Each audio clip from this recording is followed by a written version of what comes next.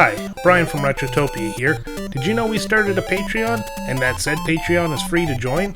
Head on over to patreon.com/Retrotopia and join the free tier. This free tier will give you access to a second Spotify Retrotopia called Retrotopia Expansion Pass, where you can get not only the main show, but the shows exclusive to Patreon, such as Quick Play, where Alan, Sam, or myself will give a quick review on games that might not have the meat for a full episode.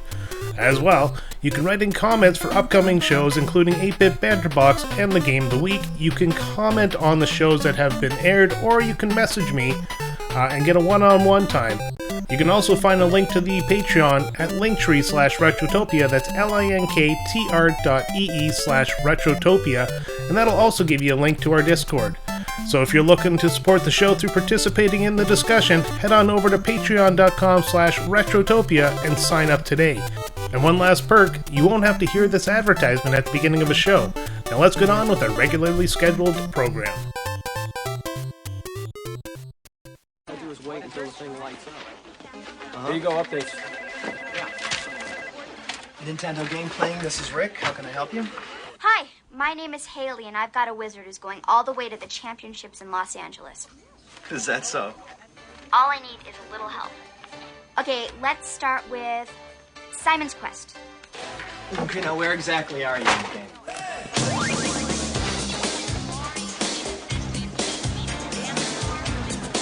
Peanut bars, bubblegum, licorice. Hey, babe.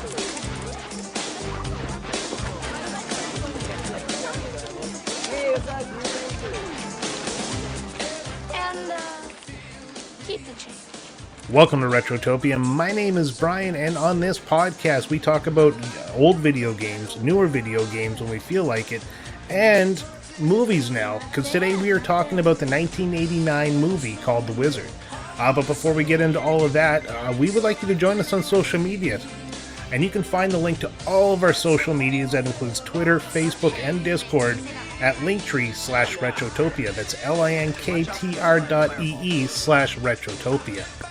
As well, we have a Patreon. You can find it at patreon.com/Retrotopia, and it's free to join. There you'll find a regular Retrotopia show, the Quick Plays, where either Sam, Alan, or myself will take on a game and we review it by ourselves.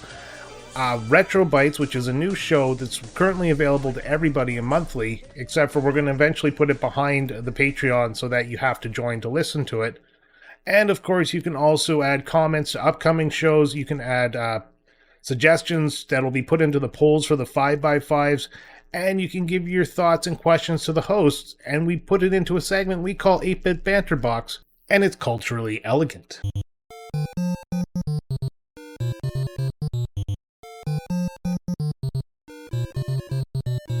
Alright, so our first question comes from Sharkbite, and he says, if you woke up as a wizard but had one power, what would it be and how would you use it?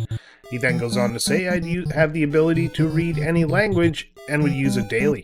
I'm going to assume that the wizard doesn't have like internalized superhero powers. It has to be kind of magically based, so I have to abracadabra my way to what I have to do. So my ability would be to teleport people 2 inches in any direction, and I would use that just to mess with people. So, guy walking on the sidewalk right in front of me, bam, he's out of my way. Just like that. 2 people walking on the sidewalk and I'm bored, bam, I make them run into each other and they get into a fight, entertain me. It's just for mischief. That's the whole point of this. I have absolutely no desire for anything except for like fire hands, where I can explode people by shooting flames. You know what? I'm gonna go with fire hands. Teleporting people's fun, but fire hands, just screw it. Everything goes up in flames. Then people would respect me. Alright, thanks for the question, Sharkbite. And we're gonna move on to Wildcard. And he says, for the 3rd week in a row, sir, I want details on if you've ever sharded yourself. I ran this question past the 2 other guys. Now it's your turn. And we love the idea of the same question 3 weeks in a row. The whole point of having a different host kind of takes some of the stress off of us and allow us to record game chats without having to make them, day of relevant, because we want to get a little bit ahead. but we're going to entertain this question. It's the last time we're going to entertain this question because we'll have all answered it by this point. But reality is we're looking for a little creativity as well. So if we get the same question 3 times in a row, I don't know if we're going to do it again. So just be warned. Change it up a little bit. Maybe change shirt to shit. I have no idea. We'll figure it out. Either way, I'll answer the question for you because you're demanding the answer. Yes, I have sharded before. Oh, you want the details as well. All right. Rolled up to a buddy's place, all excited because we're going to go quickly grab a coffee, as was a tradition at a time of where we lived. And I jumped out of the car, tried to rip a fart. Well, the little sauce came out instead, and had to run home and shower and change myself. So yeah, that's the whole story. Nothing exciting. I'm sure every man in the world has sharded themselves at least once, especially if you get, the beer shits or the Molson runs, as we call them up here in Canada. Hopefully that answers your question. Thank you, Wildcard, I guess? Nah, I can't say it. Screw you, Wildcard. Alright, our next one comes from BigKid782. And he says, as most of us know you as the Mad Moderator, how did you get started with all this? Was it a thirst for power, or do you genuinely enjoy helping so many people? Not a thirst for power, an enjoyment of manipulating Discord. I don't know why, I just like doing it. And helping people, I've kind of always liked helping people. I have that, it's not a hero complex, it's the... when you play a video game and you can't go to the dark side or the bad side because you always pick the options that lean you towards the light side because you have some sort of personal moral code that doesn't allow you to do bad things to people? It's kind of like that. Making people happy makes me happy, and I just like that dump of serotonin in the brain. But how I got started was... basically, they needed a third mod because one of them had to pull back from spending so much time on Discord because of his personal life, and he recommended that I was the third mod after meeting him in real life. So, after meeting him, the host, Adam Blank, made me one of the mods, so I spent some time kind of getting, my feet wet, and now I just do what I can. I try not to piss people off, I try to be fair, and treat everybody the same. That's it. I know sometimes I pick on certain people, but those people are on the other side of the joke, so they understand what's going on. Fucking Wildcard. And, yeah, that's about it, Big Kid. Thank you for your question. P.S. Fuck you, Wildcard. I actually wrote that in my notes. So just to let you know who gets moderated the most nowadays. Finally, we have Sir Bustalots, and he asked a great question that took a little bit of thinking. He said, if you could bring any style controller to any console, what would it be? So it's a great question. Thank you for this one. Really got me thinking. So, I'm kind of looking at what I have in the house. I have Nintendo, Xbox, PlayStation, multiple consoles, multiple generations, handheld, all that kind of stuff. Current generation uses the 8-button layout, the A, B, X, Y, or, square, circle, triangle, cross, even though everybody calls it X. But they use that plus the 4 shoulder buttons. That's pretty much been it since the Super Nintendo, which had only 2 shoulder buttons, but currently the PS5 controller can pretty much play everything back to the Super Nintendo because it has enough buttons. So I personally love the PS5 controller. It's my favorite controller that's ever been made. It has a good weight. It's very comfortable in the hands, especially my hand sizes. Has all the buttons you need, plus a touchpad in the middle. Great controller, so that would be my go-to. But for the fun of this podcast, I actually thought up of a different answer. I'd love to see them work on motion controls to such an extent that they become an extension of your body. VR would be great if you could actually go through the motion of running. I know they have like these pads out now that have like low friction and you get strapped in and you can run on the spot. But that kind of technology with VR and then haptic feedback where your fingers and everything has its own controllers, a suit that you can kind of feel feedback from what's happening inside of the game. Like, obviously nothing to hurt you, but just enough to give you a little bit of sensation. Like if you get shot, you feel where you get shot. that kind of stuff. I believe there's a lot of potential in motion control, especially haptic feedback. So I look forward to if anybody ever takes on the challenge of moving this into the next generation. But that would be the controller I would bring to any console.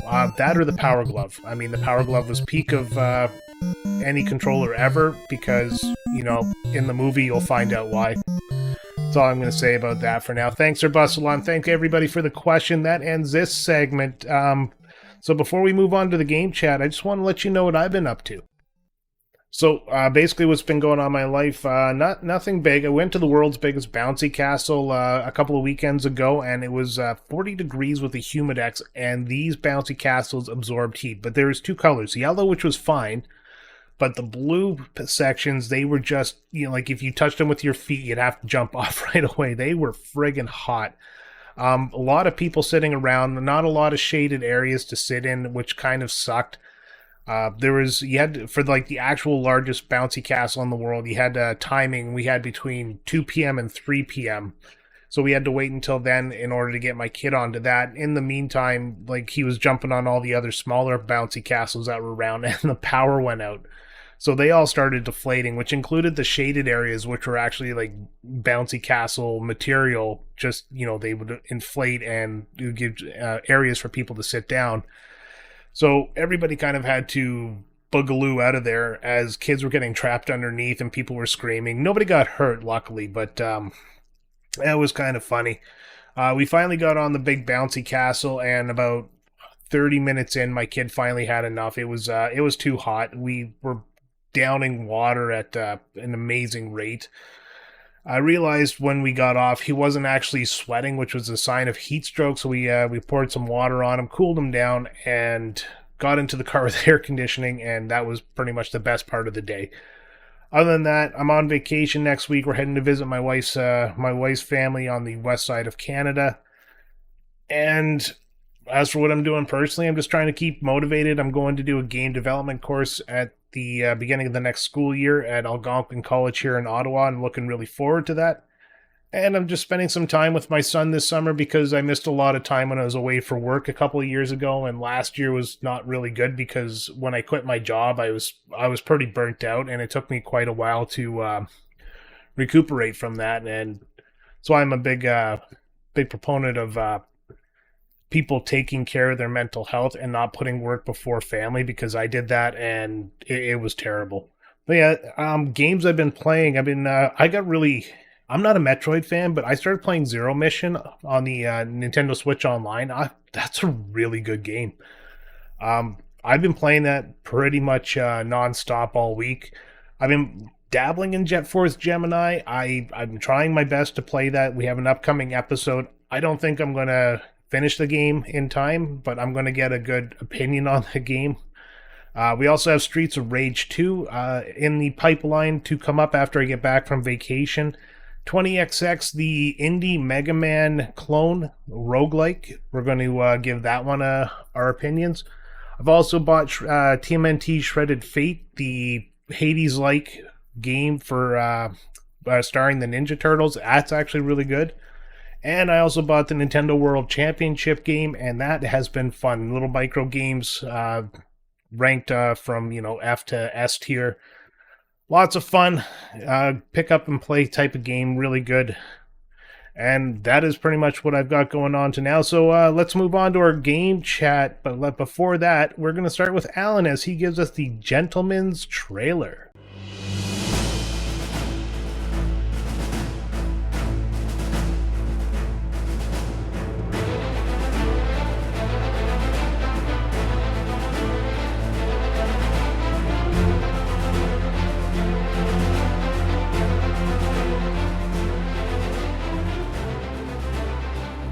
In a world where video games reign supreme, one boy's quest to become the ultimate champion will lead him to the adventure of a lifetime. Fred Savage stars in The Wizard, a heartwarming tale of friendship, family, and the pursuit of greatness. When young Jimmy Woods, a boy with a mysterious talent for video games, escapes his troubled past, he and his brother Corey embark on a cross-country journey to California. Joined by the street-smart Haley, they form an unlikely trio on a mission to conquer the ultimate gaming championship, Video Armageddon. But their path is fraught with peril. Hot on their trail is a relentless bounty hunter, hired to bring Jimmy back. As they navigate the twists and turns of the open road, from dusty truck stops to bustling arcades, the stakes get higher and the competition fiercer. With every game, Jimmy's skills grow stronger, but so does the danger. The Wizard is more than a movie. It's a nostalgic trip through the golden age of gaming, culminating in an epic showdown where only the best will prevail.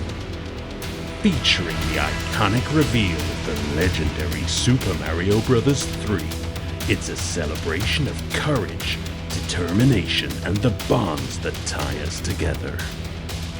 This summer, prepare to witness the magic of gaming and the power of family in The Wizard. The road to glory begins now.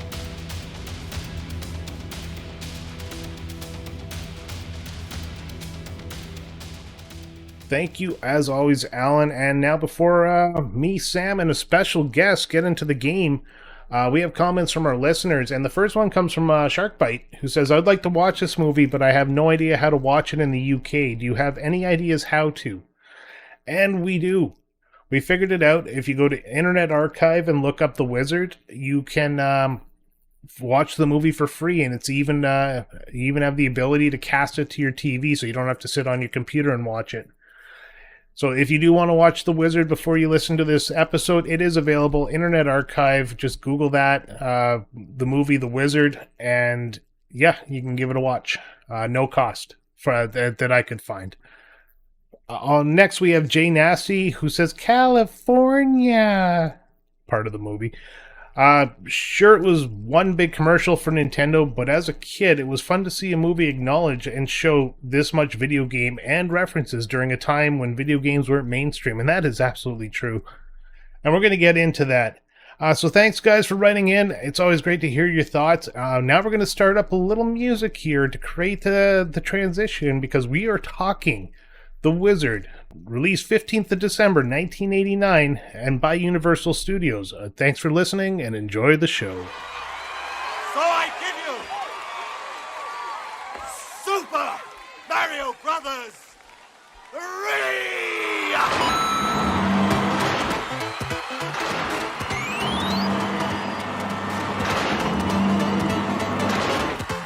To your station!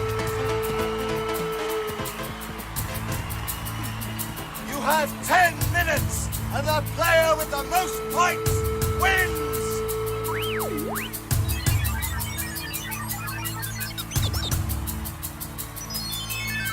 Go! All right, we are talking the movie The Wizard, released in 1989. Basically an advertisement for Nintendo games, and a movie I loved as a kid. And when we talk about movies for the first time on this podcast, we need to bring in an expert. So we got Randy, one half of the Read, Watch, Play podcast team. He and his partner Nick talk about movies, TV shows, books, games, anything like that, and they do it in such a very calming way that don't listen to them while you drive. You'll probably fall asleep and crash. Some of the episodes they've done are House of the Dragon, which is the current episode as the time of this recording, The Queen's Gambit, Ocean 11, Dune Part 1 and 2, and they started out with Jurassic Park. So, Randy, do you want to introduce yourself and your podcast? Yeah, absolutely. First of all, thanks for having me on the show. And I want to say first, I always find the mark of a good podcast, no matter the topic, is passion, and it is super clear how much you guys both love video games. And Oh, come on. yeah, I think it just really shows and comes through. So I just wanted to say I love what you guys are doing, and big fan. Well, thank you. Yeah, now enough blowing smoke. That's why they brought me on. The check is cleared. The check is cleared. Yeah, let's wrap it up. No, we are. I mean, if you've ever said the phrases, the book was better than the movie, they need to make Yes. this game into a TV show. Mark Wahlberg is possibly the worst casting imaginable for Sully and Uncharted. We are your podcast. We talk about those exact things. Like Brian said, Nick and I, we're longtime friends, about 25 years. And while we mostly enjoy getting a rise out of each other, we also love stories, and we love, talking about them in depth and talking about that source material, and then transitioning into, how do they do with casting? How do they do with world building? How do they do with the plot? And we mentioned, a few of the things we've covered. If you want to follow us, you can check us out on Instagram. We're at Rewatch Play Podcast there. That's where we're most active. But yeah, Adaptations Focus Podcast. And appreciate being on the show. Yeah, absolutely. Glad to have you. I just like to say, since this is a video game podcast, I'd like to add three plugs for episodes of Randy's show if you're interested. You guys did I think you did Fallout. Yep. That was a good one. You did The Last of Us. That was Mhm. also a very good one. And then there was one more. Well, Uncharted. You just mentioned it. Yeah. Yeah. So those are three. would've- Like, if you want to dip your toe in the adaptation world and start with video games, that's a good starting point. That would have been really good ones for me to mention, but for some reason that didn't even dawn on me. Way to show me up, Sam. Way to show me up. But those are all good ones, though. Like, listen to all of them, because even if I'm not familiar with, like, the Queen's Gambit, I was like, I don't know what the hell that is. Whatever. It sounds like some chess shit. Yeah. But I was like, yeah, I listened to it anyways, and it was still fascinating, even though I hadn't watched it or engaged with it at all. So, like, it's worth your time, no matter what. Yeah, I appreciate that. Yeah, the Fallout one was a surprise of the year for sure. I don't know if anybody expected how good that was going to be. And maybe that's just the video game adaptation world of I'm still a little bit burned from my childhood of bad Yes. adaptations. Oh, yeah. That Yes. the good ones coming along, it's still new to me, and I'm still just so surprised when something Yeah, is done well. There's been Yeah, some and that good ones. Fallout one Amazon's on a heater right now for back to back to back really good shows. They had Fallout, they had The Boys, and I can't for the life of me. Reacher. Rings of Reach. Power. No, Yeah, Rings of Power. No. sorry, I just triggered like half of Womp our womp. Discord. I was going to ask you both, this is a retro gaming podcast, and I feel like the tide has turned, as when we were growing up, the big thing was a video game tie-in to a movie. The movie industry was kind of king, and it was like, all right, let's make a couple more bucks. We'll turn this into a video game to some varying success. And I feel like it has really changed in the past couple of years, where now the video game industry is like doing like booming compared to, it was very big in the 90s, of course, but it's super big right now. And the movie industry has been having some rough years. And instead of movie to video game tie-in, we're having a lot of these sort of prestige TV shows and movies based off video games. So it's kind of crazy how things have really flipped over the past 25, 30 years. Yeah, very That's much. wacky. Yeah. I think Hollywood has kind of hit a wall with money versus creativity, and it seems like everything just follows the same plot line. I'm pretty sure you can sum up the entire Marvel universe by using the same 3 plot points. But with video games, definitely during the pandemic when things were shut down, you had the writer's strike and all that kind of stuff that Hollywood is now recovering from. Video games had these very vibrant stories, and converting them into TV show gives you multiple seasons, and it's a low risk too. Like, the story's already written, you just have to adapt it. Mm-hmm.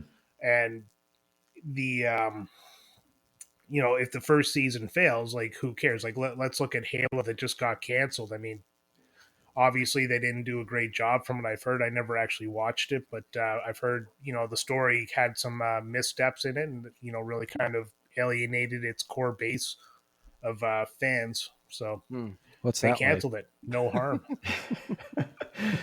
Sorry, Yeah. that's me. That's just me over here.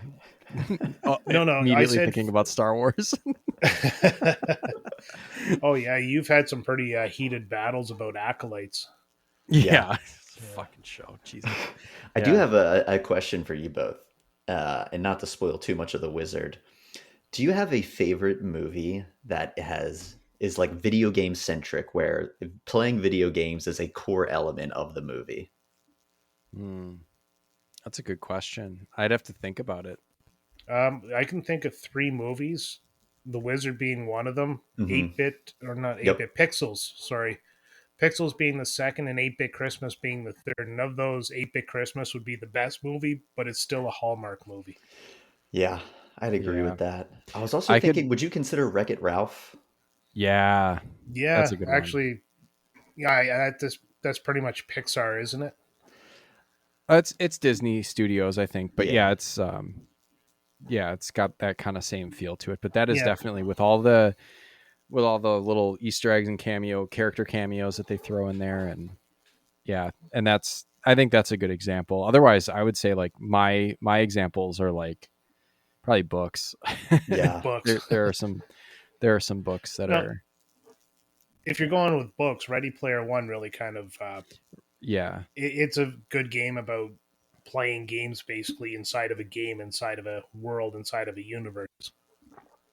Yeah. yeah. There's a Gameception. couple more series like that too. There's one called I think it's called like Uploaded or something. It's got that kind of not simulation-y as far as like Ready Player One. They're in like a VR situation, but in this it's like your consciousness gets uploaded, which is kind Wow. of cool.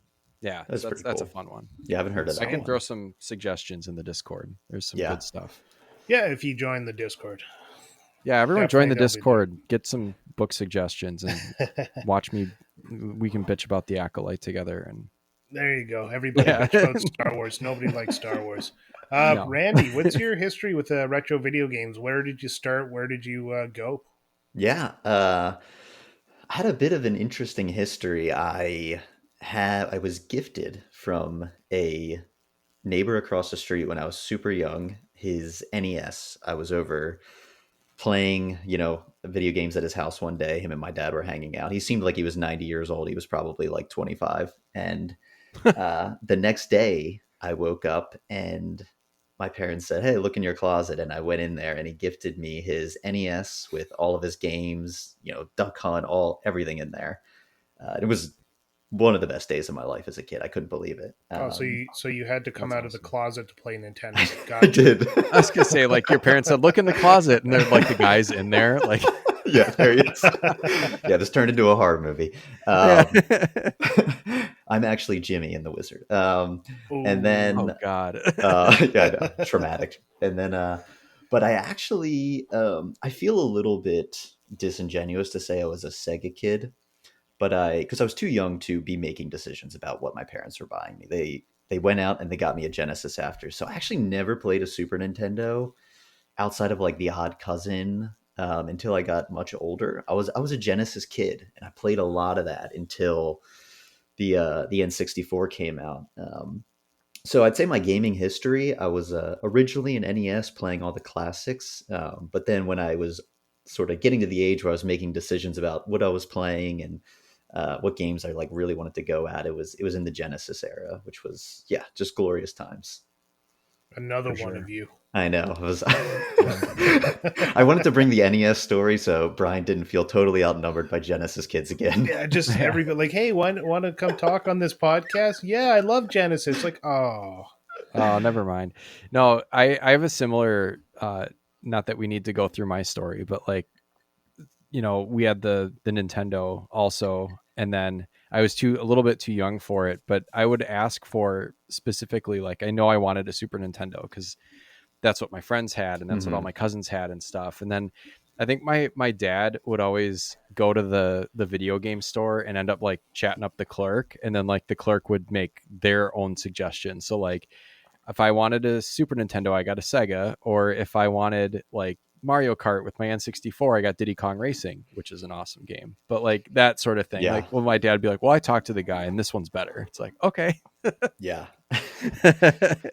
Absolutely. But yeah, I mean, I had a lot of love for it growing up, the Genesis. But I did move on to the 64, which was I'd say that was like those peak, you know, 8 to 12 20-year-old range, where just like you literally have nothing to do and no responsibilities outside of playing video games, and that's like all you do with your friends. So those were like my real formative years until we got into the later generations. Yeah, no, it definitely was a high point in video games. N64, PS1 era. Yeah. Yeah, and I think there was something called a Saturn, but nobody ever saw that. But I had friends that had like every console, but like even to the point where they think they might have had a 3DO. It's like, holy shit, you got everything, but there was like no games for some of that stuff. You don't need to lie on the podcast, Sam. You didn't have friends. I had so many friends. I had to do something with those 3 other ports on the N64. Right. He just bought 3 other controllers and he sat there and he would switch spots and be like, I'm now Jimmy. Yeah. Or it's just me playing 4-player GoldenEye and like all the controllers are plugged in with stuffed animals, like Maddie Schwanner. Sam's version of a tea party. Yeah, it's my tea party. Yeah. All right, shall we get into the movie? So I'm going to get a kind of a brief informational spiel here so that we can kind of set things up. But the movie is The Wizard. It was directed by Todd Holland, who's, he's still directing today, but I have really nothing of note that I've recognized unless you know Monster High. My kids do. Good. Movie was written by David Chisholm. He had no credits after this, and it stars Fred Savage from The Wonder Years as Corey Woods. He also played in Princess Bride, Little Monsters, and Once Upon a Deadpool, as he reprised his role from The Princess Bride. Beau Bridges from Grease Lightning and Jerry Maguire played as Sam Woods, the father. Christian Slater, who was in Robin Hood, Prince of Thieves, out acting, what's his name there? Interview with the Vampire, and Mr. Robot, he plays as Nick Woods, or the older brother. And then you had Luke Edwards as Jimmy, the basic star of the show. Wendy Phillips as Christine, the mother. Will Seltzer as Putman, the villainous PI who's there to get Jimmy back. And Jenny Lewis as Haley, the love interest on, these underage children. Featured music by J. Peter Robinson. Was produced by the Finnegan Pinchuk Company. Distributed by Universal Pictures. Released December 15th, 1989, with a budget of $6 million and making a box office of $14.3 million. Yes. Yeah, nice little profit. Yeah. But yeah, it was a good cult following. I actually have 2 interesting notes on some of the creators behind it. Todd Holland was a significant director on Malcolm in the Middle for the first 4 seasons. I think he did close to 30 episodes of the show. 26, I have it written down. 26, nice, yeah. Nice, yeah. Which I was a huge Malcolm fan. So I was too. I did recognize his name because like you always see like, the credits at the beginning.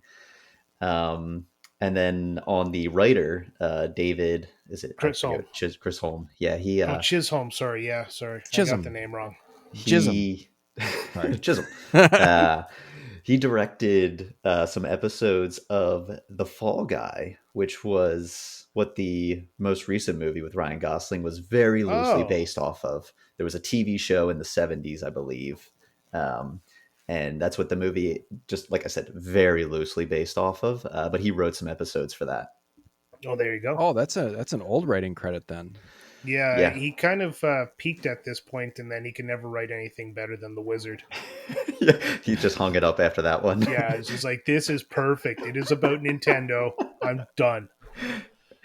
Yeah, and actually, as you were going through the cast, I don't know if you recognized Jenny Lewis, the Haley. She is a famous singer these days in the band Rilo Kiley, who actually have some pretty good stuff. And they had a hit song in the show Weeds in the finale, which is how I prominently know them. But I saw her in this movie, and I was like, this girl looks really familiar, because she still looks almost the exact same 40 years later.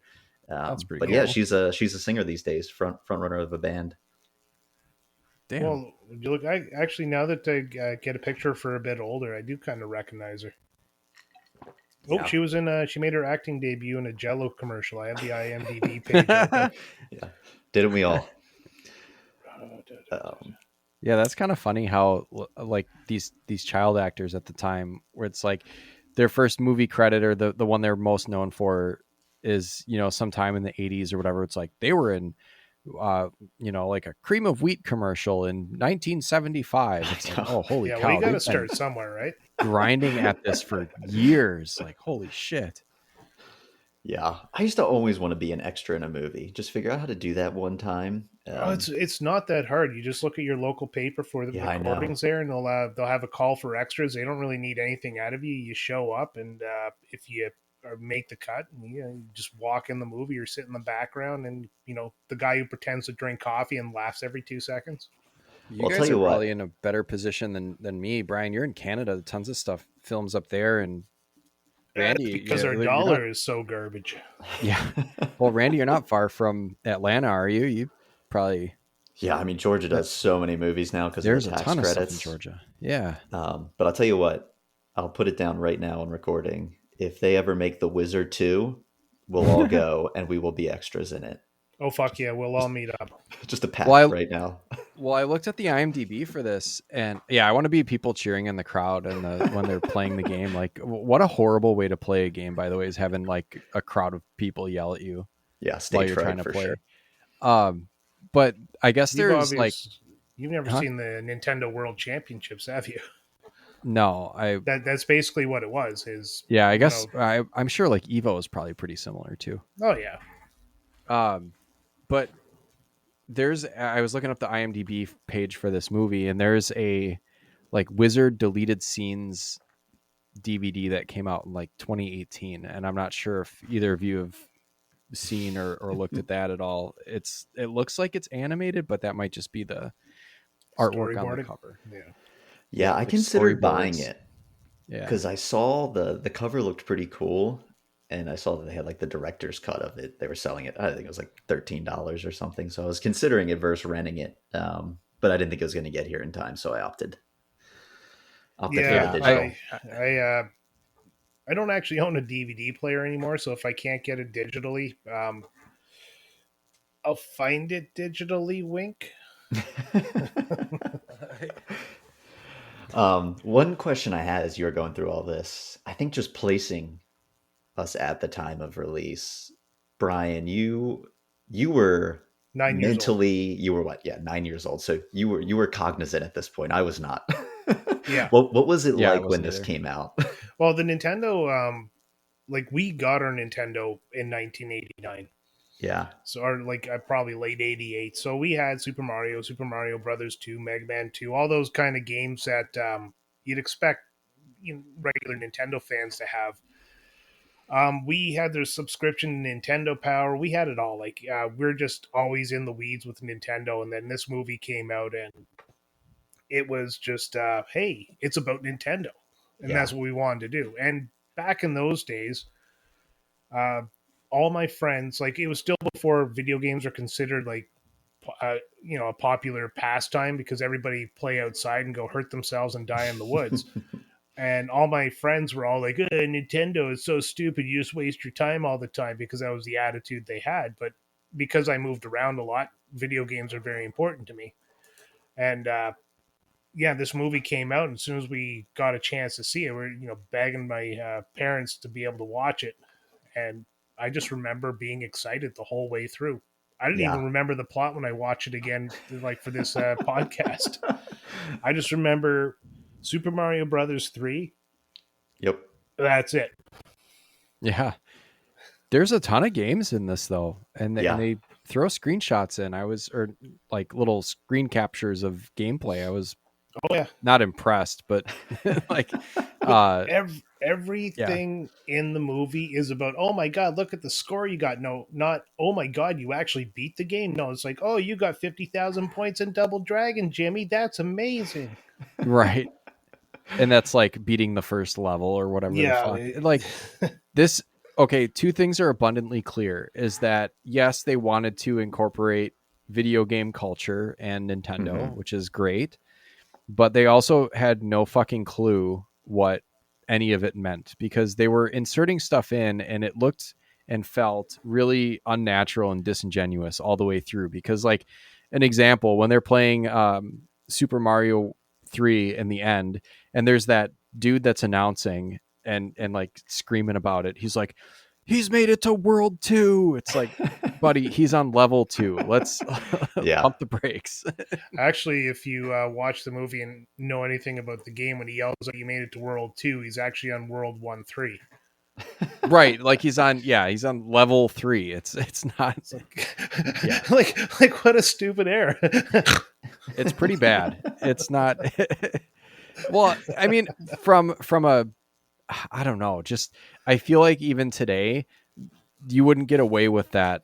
Oh God, making you a would. movie, you would need to scrub your script and edit it to make sure that you are using the correct terminology for things, or people will just like The freaking light only you up. reason they got away with it then is because Super Mario Brothers 3 wasn't released yet. Also, yeah. Also, I don't think Oh no, it was. Yeah, I think it was. I don't But think in North America, right? Yeah, October 23rd, 1988, North America. Hmm. Oh no, sorry. In North America was February 12th, 1990. So yeah, it wasn't released yet. yeah, just around the corner, I guess. But like, where was I going with that? I mean, yeah, I don't know. Also, like at the time, video games were not considered, not that they're like highbrow entertainment right now, but they're definitely more culturally accepted than they were in 1989, Mhm. or the 80s in general. I mean, just think about how this comes out in 1989, and the Nintendo has been around for 5 years tops, and that was what saved consoles, because the Atari like crapped the bed in around like 83, 84. So it's really like not an accepted, I don't even want to call it an art form at the time, although it is art, but like, it's lowbrow. very It's like, who taboo. cares if we don't get it right? Who the fuck cares? It's just video games. Yeah, Like I mean, I'm it sure kind we of all, had that attitude feel to it. yeah, we all grew up watching the movies and the shows where people are playing video games and we're just like Mhm. freaking out as kids because they're like going wild with the controller and we're all like, this is not how anybody plays video games. Yeah, Oh God. using their index and middle finger like Like idiots. some TV shows there where you have somebody playing video games and they're tapping like two buttons and then it's like I have to jump and they make the controller move up and you're like, Yeah. what are you doing? Yeah. There's a scene like that in this where even Yep. when Christian Slater is playing Nintendo, like it looks Mhm. stupid. Yeah. Oh, you want to know something funny? Is the first time I played Super Mario Brothers at a babysitter's house when I was a kid. I would actually throw the controller up, like not throw it, but like move the controller Yep. up to jump Mario because that's made sense to me. Hmm. Yeah, I suppose. Well, it wasn't a Wiimote. Yeah, it didn't go through the TV because TVs back then were bulletproof. Right. Yeah. All right, we should probably get into the plot of this because Yeah. we've kind of covered a lot and we haven't even actually said what the movie's about yet. Yeah, I was Holy- gonna say real quick before you do that, we were talking about the date for Super Mario Brothers 3, I don't know if you know this, Brian, from your childhood, but I saw that this was really pushed the movie because of a chip shortage that was slowing development of gaming and on development of Super Mario Brothers 3. So Universal pitched the idea to Nintendo, hey, while you're waiting, how about we do this movie? We can promote it. And that's kind of how this all came about. Oh, I had no idea wow. about that. I was 9. Holy shit. Makes Yeah. sense. Yeah. No, So where's our PS5 movie, damn it? Yeah. That's a we- dated reference. yeah, it's somewhere in a Metal Gear Solid game. Yeah.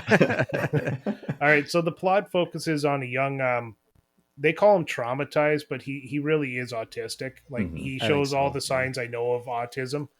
But back then autism wasn't really a thing. It didn't exist until 1994, I believe. Oh, wow. That's actually a joke. I should have set that up to sound more like a joke. That's not fact. Yeah, it's like, Anyways. wow, what a fact. I'm not I going to would've fact believed check it. that at all. Oh man. Anyways, it focuses on Jimmy Woods, a young boy who has a gift for playing video games. He's emotionally troubled due to family tragedy. That's how they set him up. But again, he's like a nonverbal autistic, doesn't like being touched, very focused on himself. He builds structures to a level of an architect, even though he's a young kid. It's the stuff we got told to look for when my son was young. He has his Yeah. he has his brother played by Fred Savage, who plays Corey, the middle brother out of the three, and he kind of quote unquote discovers Jimmy's gaming skills. So he decides to take Jimmy to the national video game competition in California. So they go from someplace in Utah to California, and that's basically what the movie is the journey. And along the way, Jimmy's mom, who's married to some new douchebag, uh, hires Classic a 90s plot point. I know. yeah, I wrote that exactly. down. Hires a PI to bring Jimmy back.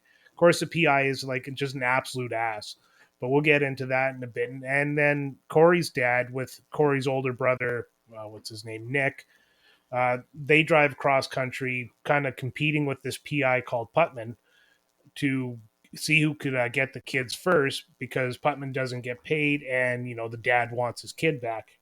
So, long story short, it's a race to California where they get to the video game competition, and we'll get to that point in a bit. What was your overall impression of the movie?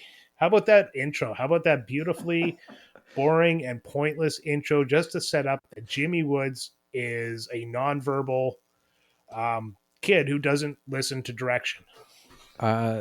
It was surprising to me for sure, because Randy, had you seen this before? I had not. This was a Yeah. first time watch for me over the weekend. Yeah, me too. I was expecting a bit more of the video game and a bit less of the Hallmark movie that it was wrapped in. Yeah. And Yeah. like the whole movie starts so weird because it's just Jimmy walking down this desert road. I didn't know Utah was that barren. But Yeah, it's pretty empty. is it? Okay. Yeah. It has Mormons and tumbleweed. Pretty much. And Salt but Lake City, which is Yeah, beautiful place. minus the Mormons. Oops. Anyways, a little bit of trauma of my own there. So, yeah, he's walking down a road and a police car shows up, and this is the era where the cop can just grab him by the shoulder and throw him in the back of the car. Like, you don't have to like talk the kid down or do whatever you have to do nowadays. So it was kind of weird going back to that day and age. Yeah. I mean, if you're asking thoughts, we'll start Always asking thoughts. super high level. I mean, look, it's a bad movie. Like, there's no two ways about it. But What? That's our show. It's of that ilk where if you were a kid when this came out, and liked video games, you probably loved it. Like, it's undoubtedly a very long commercial, but you weren't getting a lot of video game content at that time. So I could see myself, if I was 9 years old, being obsessed with this when this came out, because I'm like, oh, here's just something that's showing what I love as a kid. Yeah. Sam, do you want to give your thoughts on this while I take a knock at my door? Yeah, I think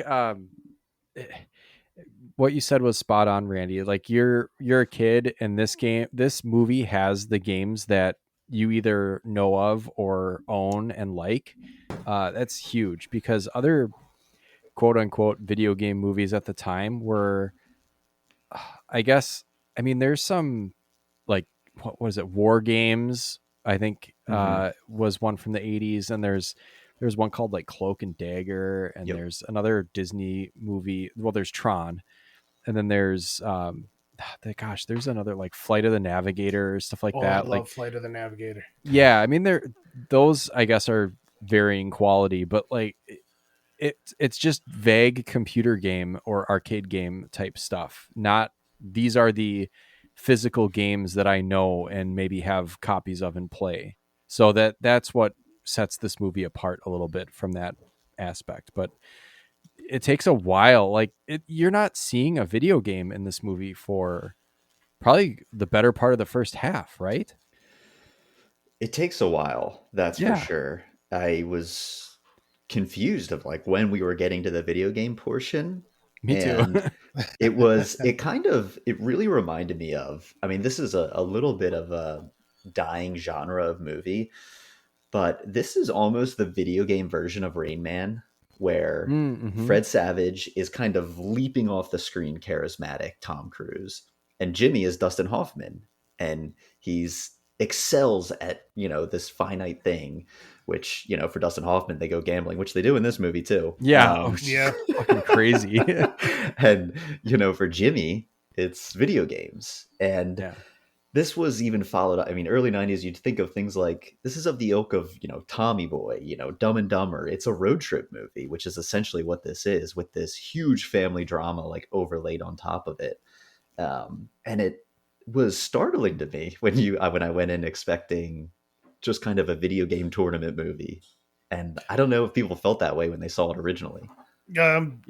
I'm too young to remember that part about it, but no, the family dynamic I found kind of pointless. I mean, I get that you wanted to kind of show that they were, kind of two separate entities there. First off, the stepfather is trying to put Jimmy in a home because Jimmy wandered away again.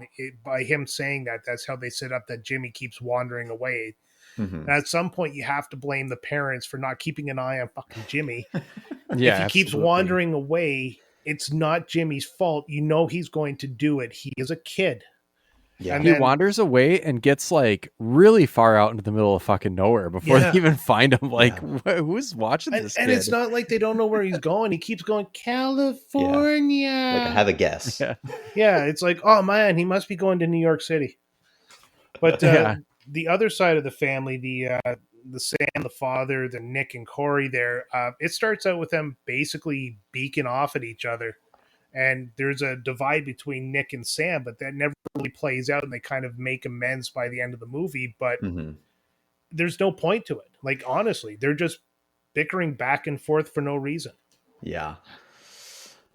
I'd call their dynamic unresolved for sure. Absolutely.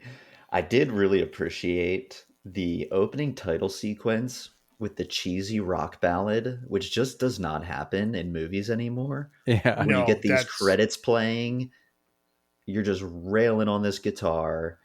And it was just an old forgotten time when I turned this on. Yeah, that's a lost art nowadays for sure.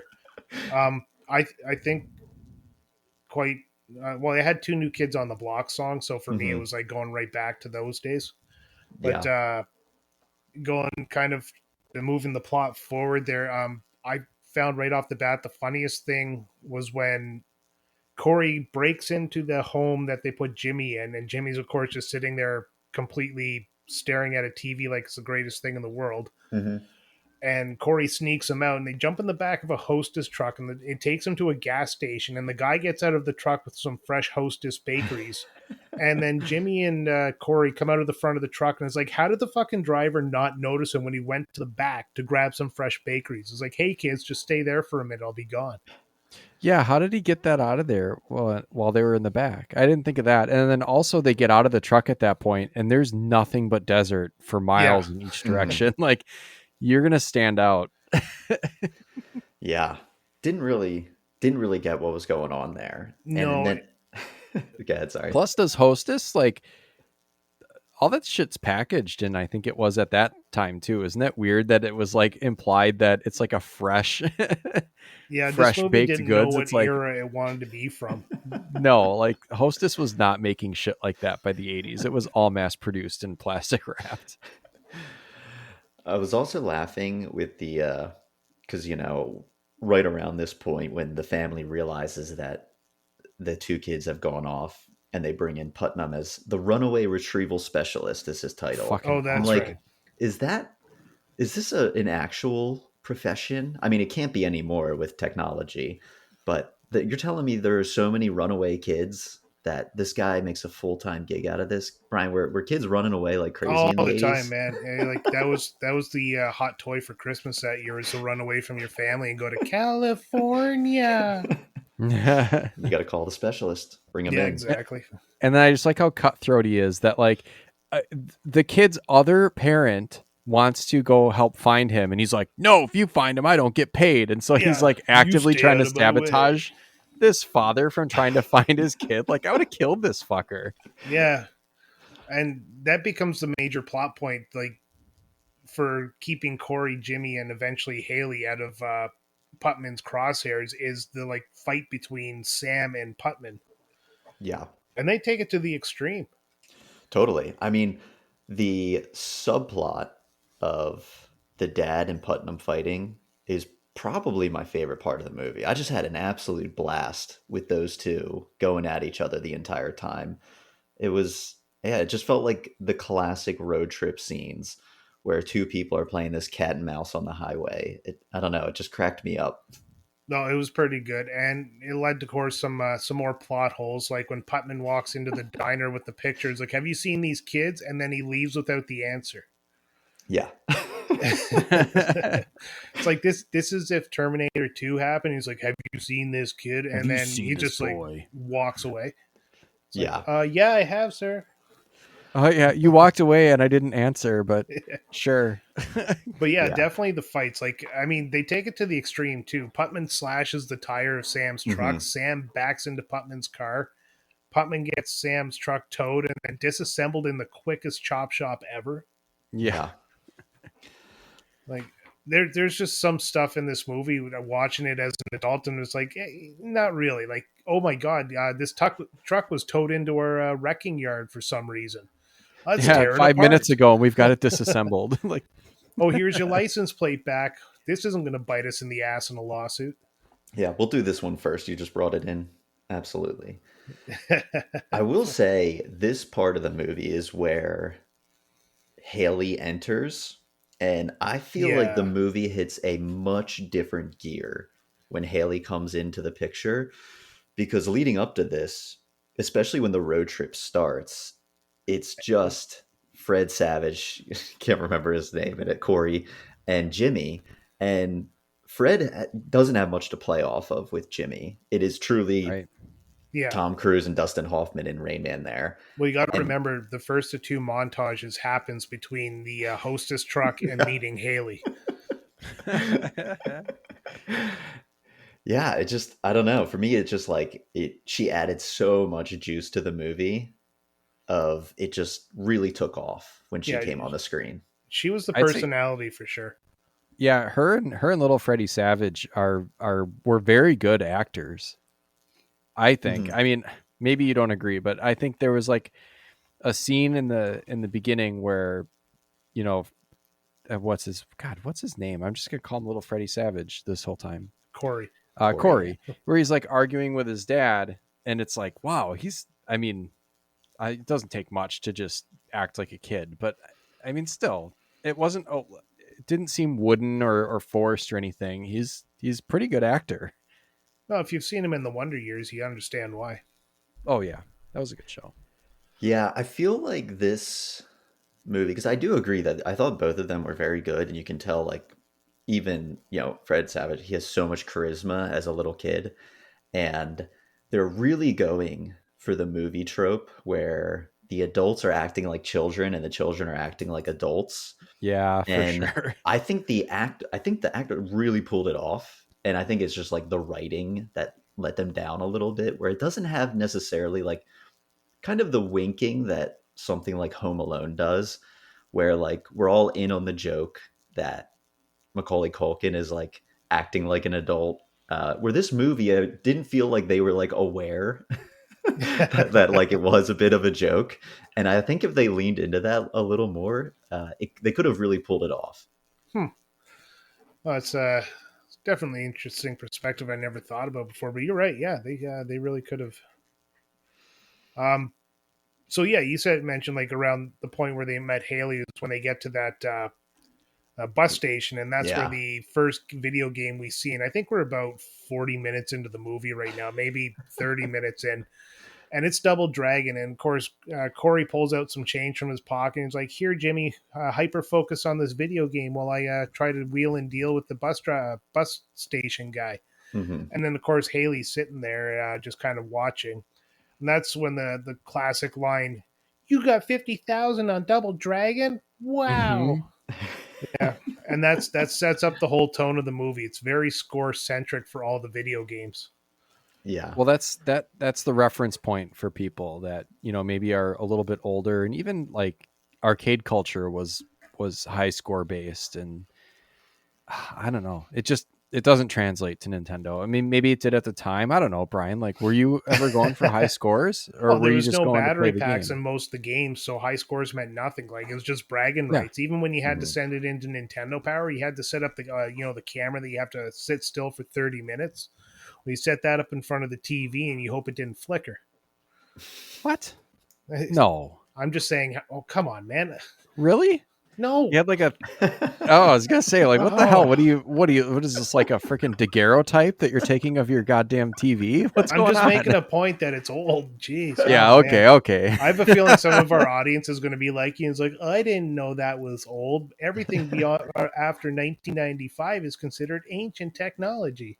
It is. Really is. I was pretty pumped though that Double Dragon was the first game. Yeah. I That is had a Double good game. Dragon, and I love Double Dragon. I may have had that game. I just I haven't thought about it in years, and then seeing the couple of little gameplay snippets they threw in there, I was like, I had a memory unlock of either I played Double Dragon as a kid at some point, and it just is a completely buried memory.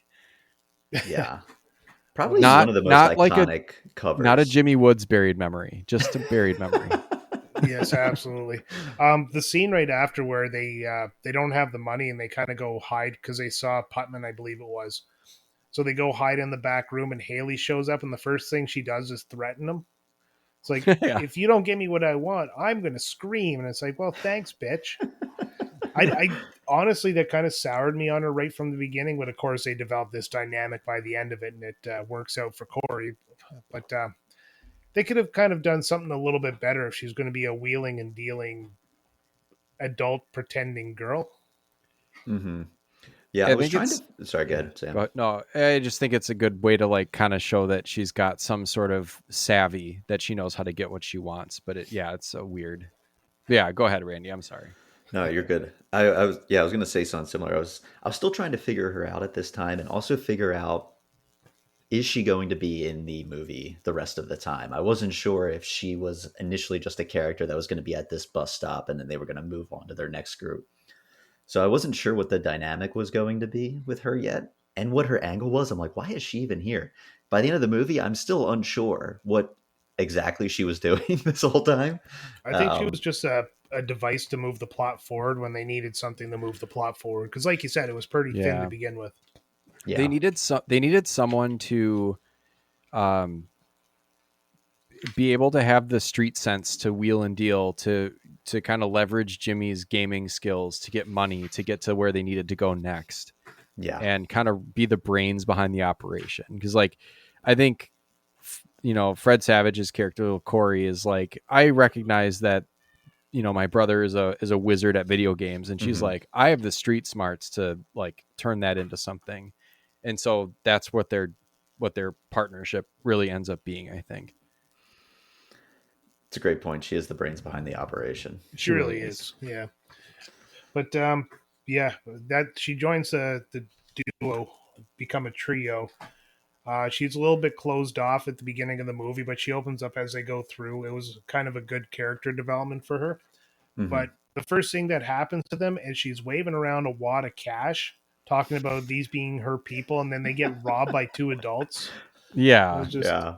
it was one of those moments I wanted to just sit there and yell at the screens, like, put the money in your pocket, you dumb bitch. But Yeah.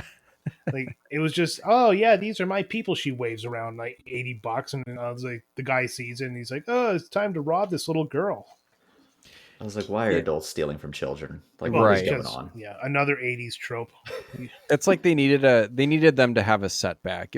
I think it was poorly executed and really corny, but they Mhm. needed to, they couldn't just have figured out that this kid's great at video games, so they're never going to be hurting for cash for the rest of this trip. They had Yeah. to like have some sort of a setback. Yeah, they could have just gone from town to town, earning a little bit more money for bus fare to get to the next location by hustling Jimmy there. But this, like you said, this was just a thing to put a roadblock in their way. Mhm. Yeah, that's funny too. Like they never take a bus; they're always hitchhiking. What the fuck? Yeah, the initial plan went right down the tube pretty quick. Yeah, and get a bus ticket. Nah, we don't worry about that. We're gonna ride in the back of someone's pickup truck. Yeah, and if you're driving down the road and you see three kids walking down the road, are you going to stop to pick them up and be like, hey, I'll take you to your destination? Or are you going to call the cops and say, hey, I saw three kids walking down the road? Probably the second one. I mean, Yeah. I Probably don't the know. latter. Like, not gonna pick up random kids. Yeah, No. exactly. Yeah, But definitely going to steal money from them. but that goes Oh, to yeah. another point. They get to Reno and they're inside of a casino and like they had I can't remember the name of the big trucker there. Spanky. Spanky, but Yeah. yeah, her buddy Spanky was gambling for them, but they're standing on the side of the table guiding him. Isn't that illegal? I Yeah, wrote they're the.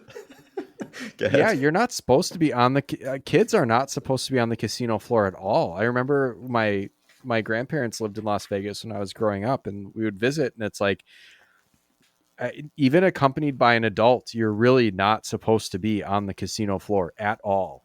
They will tell you to get out.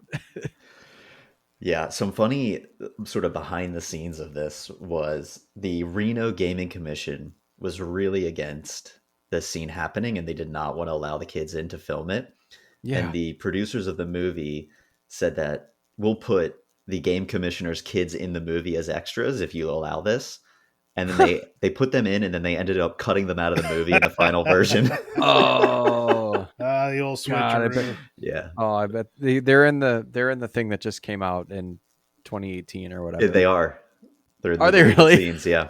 Oh man, now I gotta watch that. No, yeah, that's pretty much what happened before they did the final push to California there, where Spanky, who was introduced as just kind of make them some money, actually ended up being their kind of guardian angel and saving them. Yeah, I when meant to. does sorry, go Yeah. ahead, Sam. No, go ahead. I'm gonna look something up while you're I was making gonna your point ask here. you both when does Lucas's gang enter into the picture? Oh, it's partway through because oh yeah, they're playing the arcade games and they're in the diner, and Mm-hmm. I think that's when they learn about the world championships as well. Mm-hmm. Because that's And when then somebody flashes them the book there, and he goes, "Was it Corey starts like challenging Lucas Barton there? He's like, he's really good, and Lucas Barton's like, I'm the best in the world. I'm going to that championships as well. Now come to yeah. my hut while I show you the greatest device in Nintendo history." Yep.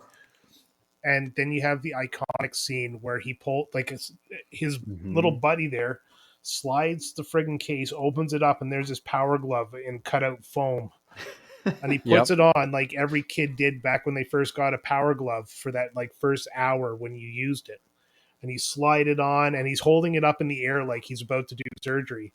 And then he's playing Rad Racer and he's doing it like he's using a steering wheel. But the Mm-hmm. thing about the power glove is because I had one, is that doesn't work. Yeah, I was No. just thinking like that's really advanced technology if that's really how that fucking thing works, and I don't think No, it is. like you have these three sensors that would go on top of your TV, and they're really ugly looking sensors. So you didn't see them in the show or the movie, sorry. And yeah, the Power Glove basically moving left and right, and you had a whole bunch of programs you could do, but it was very imprecise for the time. So doing little movements like that didn't really translate well to the Power Glove. So you kind of had to make jerky movements there, and of course, if you're doing a racing game, your car's all over the place. Jerky So movements, eh? yeah, Yep. yeah, Jerk it off. exactly. I was just discovering my jerky movements at the time. Was the Power Glove out when this movie came out? Yes. Okay. Power Glove was released in, I believe, 1988 and discontinued. And I'm going to double check that. Also 1988. And Sam, have you used a Power Glove? I have never used a power Yeah, glove. me neither. Power Glove It was looks like a released in mess. 1989, so just before the movie happened. So it was Oh. probably Perfect timing. perfect timing. And I think it was discontinued in 1991. Mm-hmm. So we can come back to the power glove and how dumb it is, but I wanted to just, of course I think about this stuff logistically, right? Why are they in Utah and have to go all the fucking way to Reno en route to Los Angeles? That is way, way out of your way.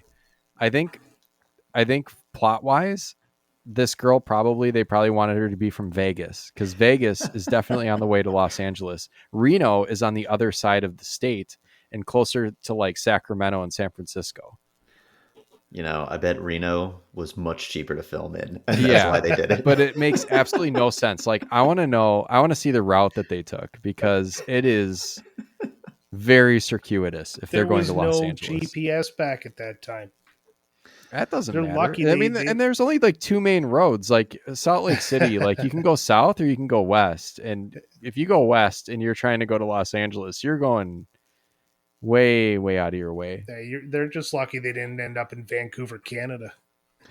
Yeah, I Yeah. wonder from a true plot perspective, taking this very seriously, did they go to Reno out of their way because that's where Haley had contacts who could get them to LA, where she didn't have the scoop in Vegas. That's So true, I she guess. had to go somewhere where she had some intel. All of her truck driver friends. That was weird. Yeah. And you never see her parents. She mentions that her dad's a truck driver, and then you don't see her dad or her parents at all. And then she just has several grown men truck driver friends. Yeah. What the fuck is happening? Yeah. This is Very odd. not a good look for the truck driver world. No, No. not at all. But no, yeah, I didn't know Reno was that far out of the way, but it makes no sense really. But again, Oh, they pull it are up on kids. maps. It's incredibly far out of the way. Well, they're kids too. They don't know. They don't have any money. They're looking for somewhere they can go that will, you know, yield some positive results. So her being from Reno is probably the reason they did go, is because she did have the contacts. What Yeah. is mind baffling is the fact that Putman was able to follow him there, even though, like you said, he knew they were going to LA. Hmm. But why would he go to Reno? Right. Yeah, I know there's some point where he learns about Haley and where she's from, but I don't think this is then, so that doesn't check out yet. Yeah. And oh yeah, by the way, in Reno, second montage. Mm, That's when they're doing the training for the video games. Yeah, I game. liked this one. This one was very fun.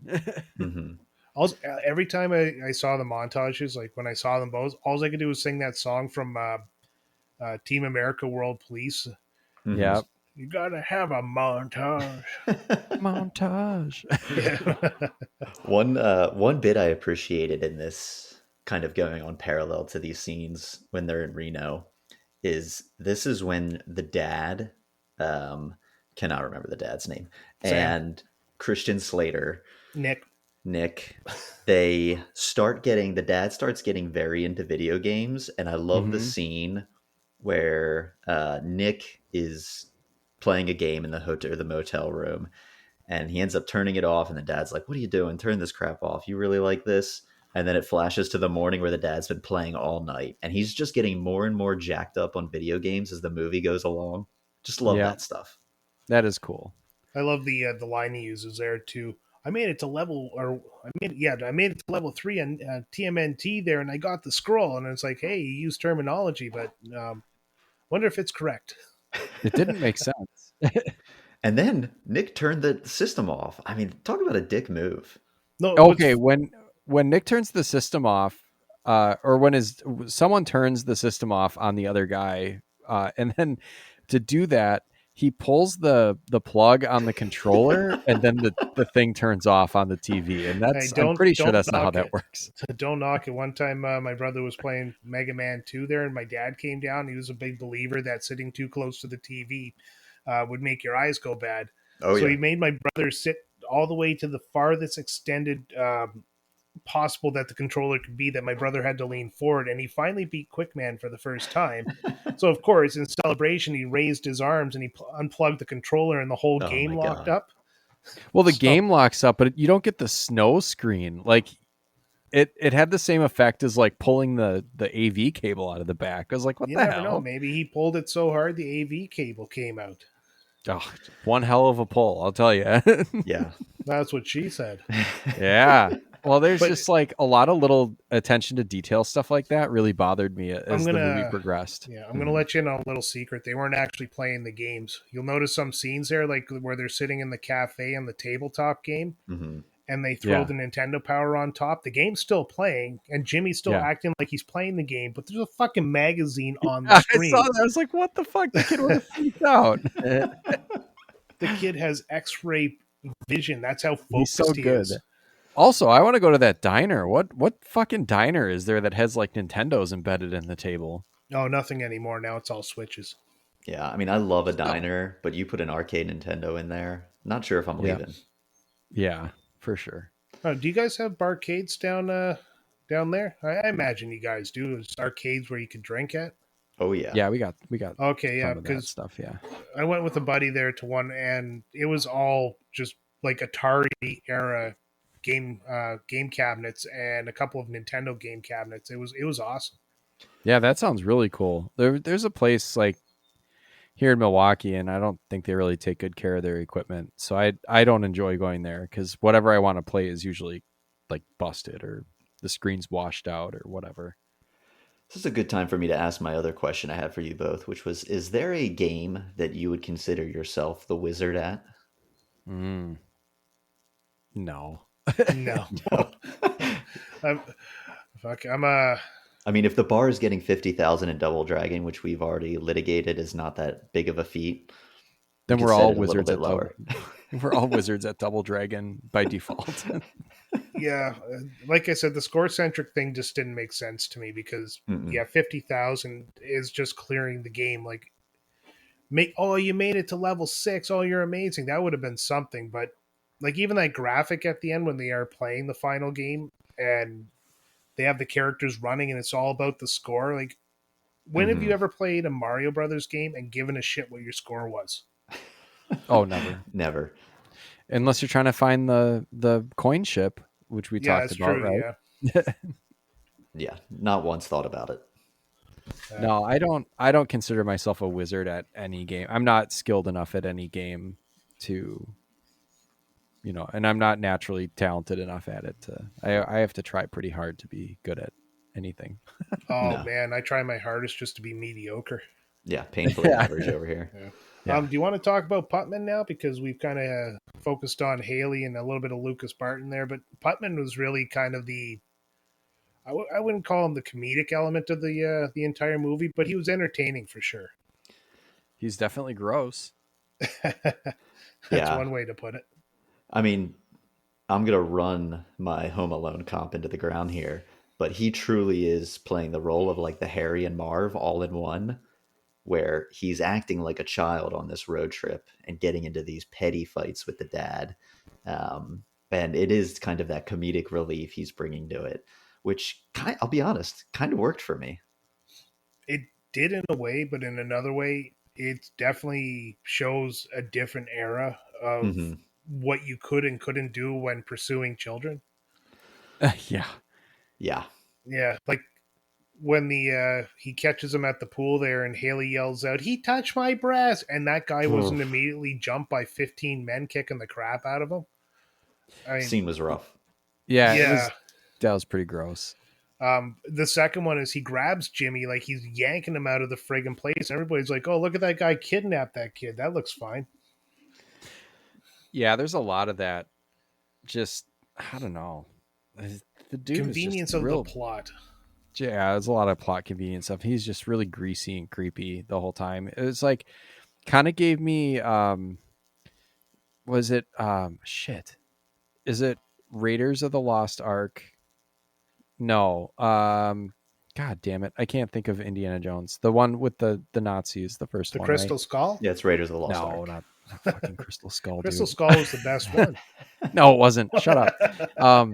But I got like vibes of like the little Nazi pinhead dude that gets Mhm. the shit burned on him and stuff with the Yeah. little glasses and the trench coat. Like that's the vibe that this like child bounty hunter dude gave me. Just Yeah. really gross and off-putting. I hated it whenever he was on screen because I hated the character so much. He played the part really well. Like for the actor Yeah, to unfortunately. be that greasy. You know, Right. oh man, you see it all the time. Like the kid who played Joffrey in Game of Thrones there quit Yeah. acting because people were threatening his life because they hated Ugh. Joffrey so much. And it's like, why do you threaten an actor's life when they play a bad guy so well that you hate the character? So I love when I hate a character on screen. I really respect the actor for going that far. Hmm. And Yeah. he's one of those guys that really pulled off that just like you said, greasy bad guy that you just don't like. Yeah, we should call him and tell him we're going to kill him. Yeah, he has Twitter. That's Just the kidding, I'm flavor. kidding. I'll I'm do it from the kidding. Retrotopia account. 35 sure. years later. I don't know if you People don't guys forget. clocked.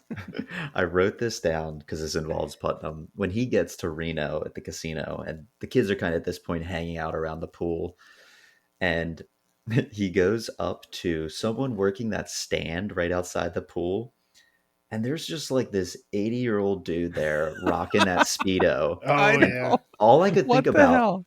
was, what was the casting call for this? Like, we have a children's movie. We're going to need a 75 plus gentleman to wear a very small Speedo. Like, what are we doing? I bet you dollars to donuts when they did the call for extras in Reno, they couldn't find a 7-year-old guy who didn't want to wear a Speedo. That's Fine, true. but I got to wear my Speedo. They were he had beating like him an ass away. cheek hanging out. Oh, Jesus, one of my nuts fell out. It's hanging It low. was- Hold on. Let me tuck that back in. It was definitely riding up the crack. Oh, God. And like, it wasn't even like this guy was like in the background. Like, he was prominently placed in that He scene. had- Like, it was Yeah. intentional. He had lines. He asked for a towel. He had to be paid scale. Yeah. I Tuck was, that I was right into your perplexed. Speedo. One thing I want to ask about, because this was a big turning point for me in the movie. This is about when we discover you hit the huge break near this point where it comes to light that Jimmy was a twin Yeah. and that his twin died. And I just could not believe that. One, I'm like, why is there such a depressing story within this video game movie?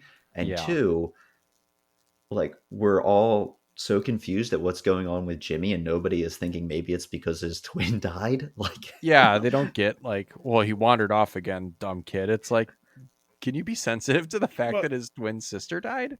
Well, that's why I keep saying Jimmy's not traumatized. He's autistic because they're treating him like an autistic kid was treated back then. He just has to sit down and focus, or he needs help at home. Yeah.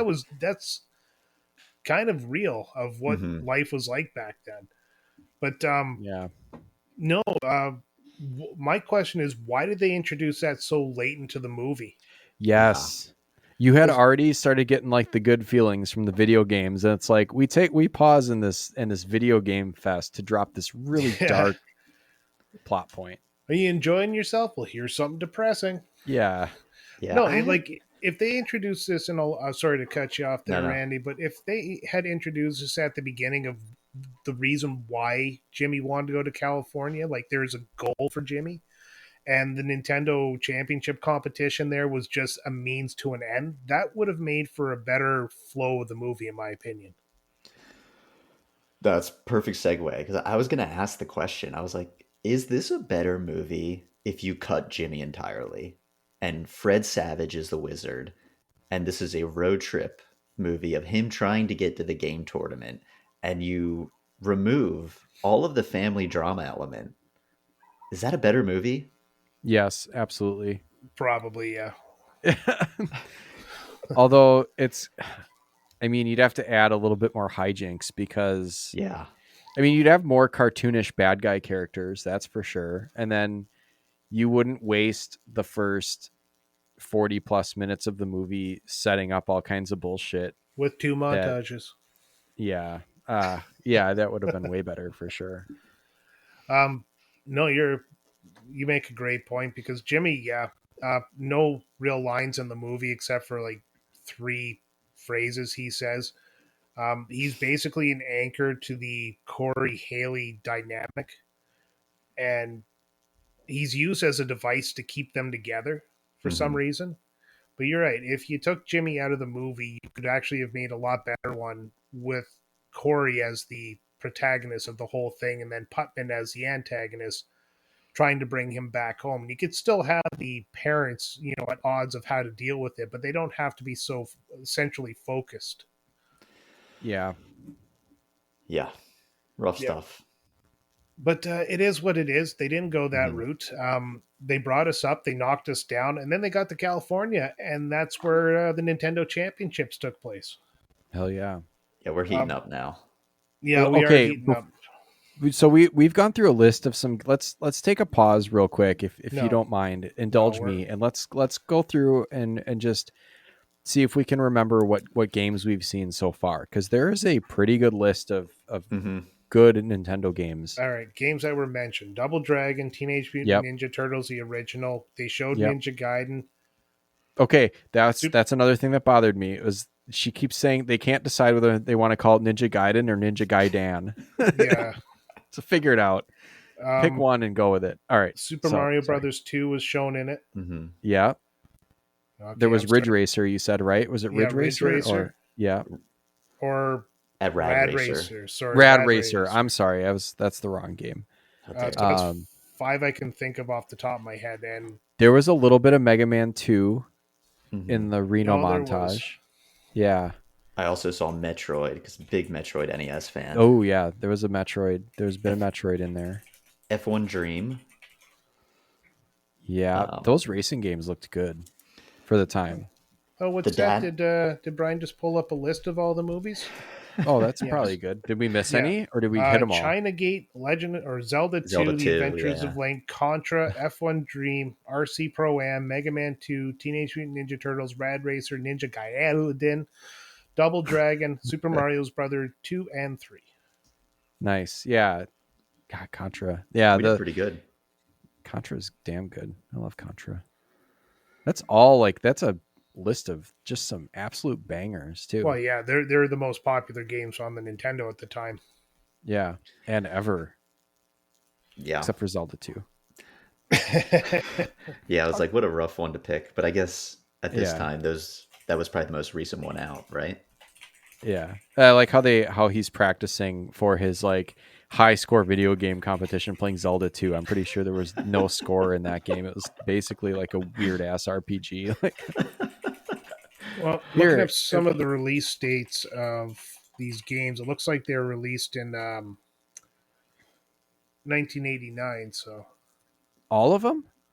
What a I- year. I've only looked up one so far, but I kind of. Oh. Contra was 1987, so not Okay. all. But Turtles was released in 1989. Oh yeah. But it makes sense. If you're making a movie that's basically selling video games, you want to plug the current ones. Yeah, the best ones for sure. Yeah, and I still could have used a little more time playing video games. Me too. Yeah. I was sad about that. Yeah, it wasn't really the central focus of the story. The central focus was getting to California, and then the video games just happened to be a happy little surprise as you went along. Could you imagine how much this movie would have sucked if there was no video game element? Or if it was about Sega Genesis. All right. Take another No, stab. but to flip Randy's question, we decided that it would be a better movie if it was more of a lighthearted movie with more video games thrown in. But what if you go the other way and you take the video games out and you just make it just a drama, I guess. That's awful. That sounds so bad. Without the video games, this movie is nothing. Yeah.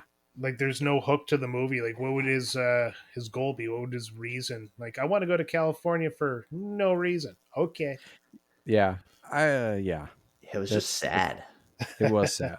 It was very sad. Even the pseudo love story between Haley and Corey was kind of unnecessary. Right. Yeah, and there was a consistent or maybe a common archetype in movies in the 80s, 90s where there's a kid who comes from a broken lower class family and is hiding it. And that's Yeah. Haley here. And Yeah. I instantly thought of like Sean in Boy Meets World. Yeah. Maybe now they revamped that a little bit with Eddie Munson and Stranger Things. But this character is not something that's typically written in movies anymore, but was so prominent in the 80s, 90s, where there's that, kid who comes from the poor family, they're in the trailer park and he's hiding it or she's hiding it, which Haley does here. And I was like, I don't know why this had such a grip on screenwriters at the time, but it Yeah. really did. That Felt was very an easy, familiar. Yeah, easy plot point you can make. And, all the kids who don't come from the rich families could identify with Haley as the coming from meager means. Mm-hmm. But there's also the idea, and this is kind of something I learned back in when I was in university for a year. we like to look down on people. Hmm. So seeing Haley as being kind of, poor and from meager means with no parents in a trailer out in the middle of nowhere, kind of lets us look down on her and almost root for her to kind of bring herself back up. Yeah, it's like one of those like like I don't know if I'm using the phrase wrong, but like a bless your heart type scenario. Like, That Hmm. are driving by oh, a car accident. Just can't yeah, help but like watch. oh, we're rooting for you, but Yeah. Oh, there you go, champ. yeah, that kind of thing. I don't know. I liked her character though. I thought she was a good character. Well, I like the wily street smart, Yeah, you know. me her too. dynamic with Corey or Fred Savage was good. Yeah. Yeah, truly great. I had a question because we arrived at the tournament when we are kind of Yeah, segueing into here. let's spend the rest of the time talking about this batshit tournament. Have either of you been to Universal? No, I've only touched down in San Francisco to fly to Australia, so that's my entire California experience. Oh, I've been to Universal in Orlando, Hmm. and it's awesome. It was in the 90s, and I saw the turtle van, I saw the Ninja Turtles. There was like Indiana Jones was there. There was like the backlot thing with all the explosions. Universal is a trip. Yeah, Universal's super cool. I mean, and this movie has really come full circle with Nintendo now because they're building all those Nintendo lands in the Hmm. Universal parks. So it's funny how that, this started out as a partnership for this movie at what 35 years later, we're seeing them teaming up again to bring these parks to life, which is it's pretty cool.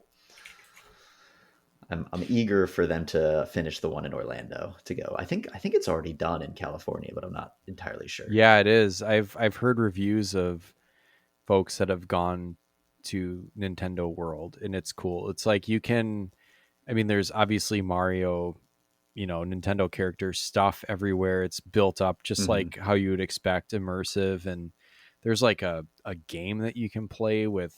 I don't know if it's like your wristband or what, but you're like, or you're an app on your phone, but you're like collecting Mario coins, and it seems really awesome. Sounds like I could spend a lot of money there. Yeah, Yeah, yeah. yeah, that too. All right. um, I'm saying, you guys ready to talk about California? It's about what the last 20 minutes of the movie revolves around California, let's do Yeah, it. yeah. and By far the yeah. best part of the movie. So they get to the tournament, climb the stairs, and there's that overly eager guy who, the way he talks is just like one of those condescending adults who talk to children, like, "Yeah, high five, dude." Like, "What's up, Yeah. radical bro?" And like, it's just, oh my god. But What was up with his vinyl tie? His whole get up it's looked just the very, 80s. very uncomfortable looking, and he was very sweaty. It makes me very happy you both brought this up because that was one of my core notes of this movie was that the guy running this registration booth is fucking going for it. Sorry, I don't know if Oh I can yeah. curse on here, Oh, the but registration booth guy too. Yeah, like everyone's really overly excited. I was talking about the announcer guy, oh, but the yeah, that We'll registration get to booth guy him. was nuts. Yeah. that was my next note. I literally wrote he made the most of his 15 seconds only to be outdone by another cast member 10 Right. minutes later. Yeah. Oh god, the host on the stage here, yeah, he was just intense, like way too intense just to watch kids play video games. And And then it's the energy too that the kids are just sitting there staring at screens playing video games, and he's like, "Yeah, there he is, 50,000 points." so when they're actually playing Super Mario 3, when it's narrowed down to like the two boys and that weird random girl that's just there to like be a third and get last, um they have the actual game is like thrown up on a screen for everyone to see, but when they're in the preliminary round they're on these banks of consoles and like everyone's cheering for them. It's like you can't fucking see what they're doing. They're all just Yeah. standing there playing video games. Like, Again, I think it's just to create a narrative, and yeah, I guess we should mention now that we mentioned Power Glove guy Lucas Barton. He actually turns out to be the big rival at hmm the end, Hmm. and the Super Mario Brothers 3 reveal. Um, it's kind of funny because what happens is Putman finds him and then he chases him around the backstage of the studios and into some of the rides. And they end up above the stage where Jimmy has to get there and there's a countdown going on and it hits 0. And then the host, realizing the show must go on, he turns around and he's like, let's go. And the stage opens up and there's Jimmy standing inside of there.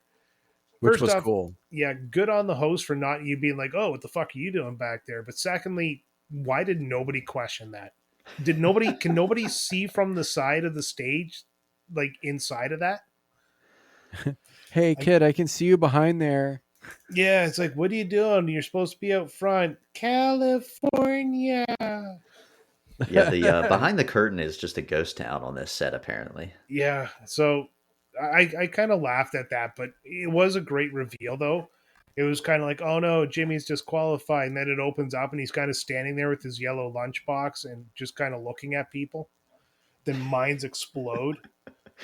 Yeah, we this like it devolves into the quintessential kids movie scene where finally everyone comes together for the climax. Yeah. Yep. Giggity. And and whether it's at the concert, the sports match, the game tournament, and the kids in a way are justifying their actions to their parents for the entire movie, and the parents have this moment where they kind of resolve all the issues they've had and they realize they've been wrong and they come together to support them. Or even Putnam is getting into the action here. This happens in School of Rock, Lizzie McGuire movie, 1,000 other Disney Channel movies. Like, this is a classic scene, and they did it pretty well here. Yeah, yeah, even the dad and the stepdad hug each other. Yeah, it's so cliche. Even how much of a douche that stepdad was through the whole thing there, and he's kind of a dunce himself. And he just like he's eating, and the wife's like, "Stop eating, let's blah blah blah blah." And it's like, okay, it's like these two people don't need to be on screen, but yeah, they come together in the end. They're all, like you said, hugging and holding each other. But that plays out at the very end of the movie when the mother finally accepts Sam as a good father and lets him take Jimmy home on the final ride. Lost my train of thought. Somebody take over. Yeah, let's go to I can't remember what game they played for preliminary. Was it Ninja Gaiden? It's not as important because you only see like a little bit of it, and honestly, it's just mostly panning shots of like kids' faces while they're playing video games, which I didn't care for. I'd rather have seen a little bit more of dynamic gameplay type thing if this is a tournament. But like the climax scene obviously is when they're playing Super Mario Brothers 3, and he announces, the announcer says it's a new game or whatever, and then all the kids are freaking out because it's like they feel like it's like when you get to the final exam and then you find out that like you didn't study the right thing, so they're all like, fuck, what is this new game? But that's also where an Easter egg comes into this whole thing is when he announces the new game, they take the break that sets up the moment with Putman. As they're leaving, Lucas Barton is the one who gets Putman's attention to point out where Jimmy is. Right. Who do we see in that scene? Most glorious mullet I've ever seen. Oh my God, those mullets. Holy shit. Yeah, little Tobey Maguire with his mullet. First acting his classic credit. smile. Yeah, he just has that Tobey Maguire smirk, but he doesn't have any lines. He just kind of like awkwardly looks around and gives that little like little smirk that he's got. And that's it. It took me a second. I was like, I recognize that kid. Like I just watched Spider-Man No Way Home. So it was just like I recognize that, and I had to go look it up to see who it was. And yeah, Tobey friggin' Maguire, Spider-Man himself, standing next to Lucas Barton. It's so random because at no other point in the movie is he one of Lucas's little like gang of kids, but he just shows up in that scene for some reason, and then you never see him again. He's a fair weather friend. He shows up just for the tournament. Yeah, But he wasn't riding with Lucas's gang the whole time. No, but he's not even in any other scenes. Like they don't show like Lucas and his pals and like here's Tobey Maguire again. He's just there on the steps one time and then that's it. Yeah, and I'm going to say something controversial right now. Lucas Barton did not get to use the Power Glove to play Super Mario Brothers 3. He would have won if he was able to hold his hand in the air like he was about to do surgery and pretend he was steering Mario to victory. It's a Yeah, great point. yeah, it's true. They should have redone this tournament actually. Yeah, it's kind of a black mark on Nintendo. Yeah, he couldn't use the Power Glove because it's so powerful. He would have had the advantage over everyone else. That's not fair. Oh, yeah. I hope there's an asterisk in the book for the win here. Yeah. Yeah. I mean, the Power Glove turned into just another controller when you took it off and turned it sideways and used it like just another uncomfortable to hold controller. So, Oh, yeah, and you got all that like glove shit that you got to work around. That's terrible. yeah, eventually you just get to the point where you stop using it on the Nintendo and it becomes a plaything outside when you're playing ninjas and cyborgs. And the Power Glove Yeah. is just like, beep, beep, beep, look, there's buttons on it. Yeah, between that and the freaking whatever the Super Nintendo gun, Light what was that? zapper. The Zapper. Yeah, the zapper. Yeah, That's where I mean, Captain N, the game master, gets his powers from: the Zapper, the Power Glove, and the controller belt. yeah, That's amazing. all three useless components there. You're useless. Captain Ed is not Yeah. useless. I'm It's right here. useless.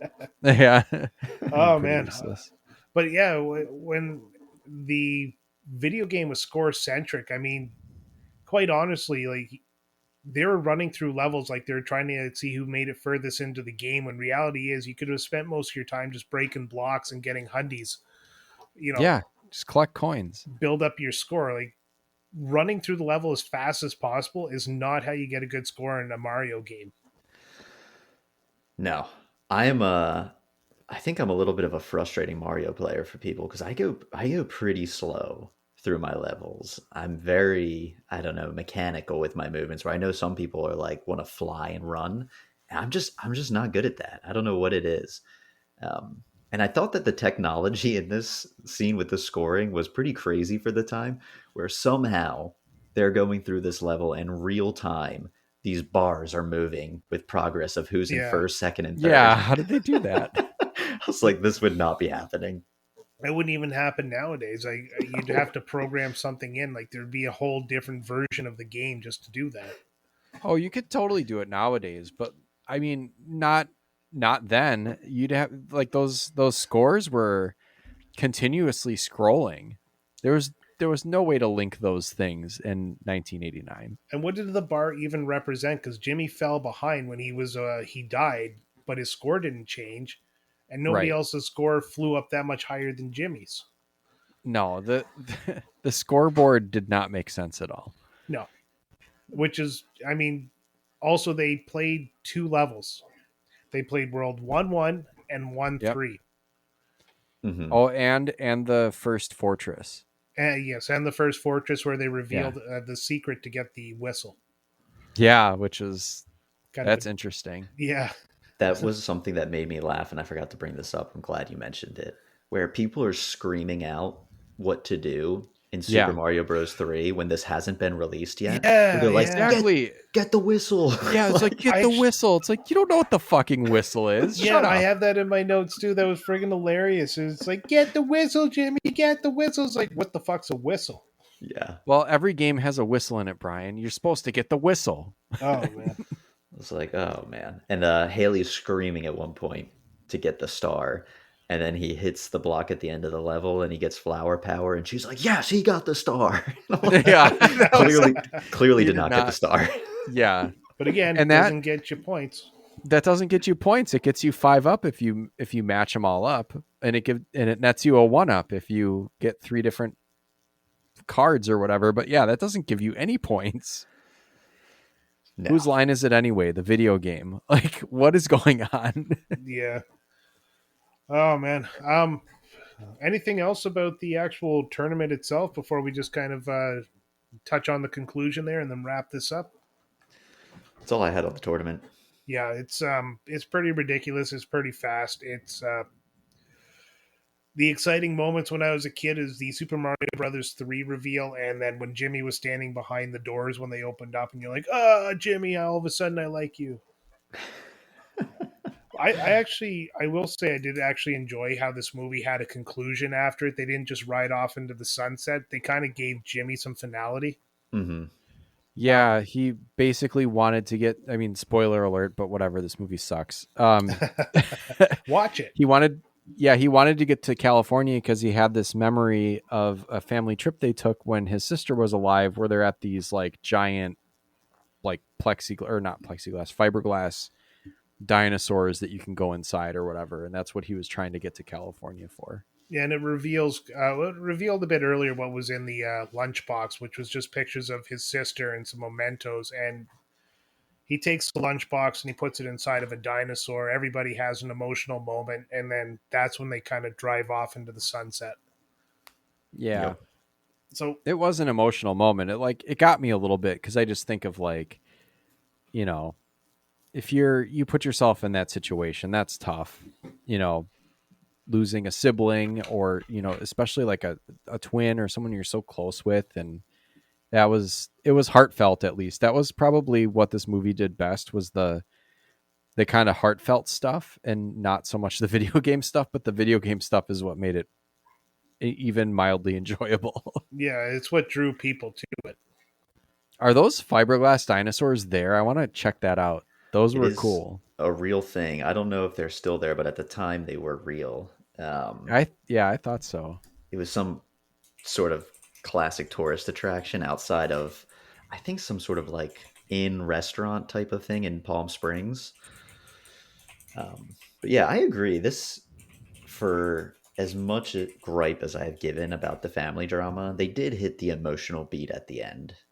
And Yeah. then you get the nice, cheesy, emotional song in the closing credits. And I was like, yes, this is an 80s, 90s movie. The dinosaur from the movie is pink now, the Brontosaurus. I just pulled up a picture of it.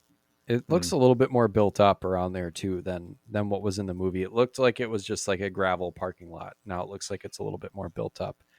Cabazon dinosaurs, or Cabazon maybe is the If you're name of the town. Italiano. No, I it's thought you were Spanish. saying the dinosaur was now the singer Pink. Oh, Has yeah. has Kinda. transformed. Kinda, It yeah, is kinda, no. it is in Cabazon, California, which is um in Riverside County. So it's not too far from Los Angeles.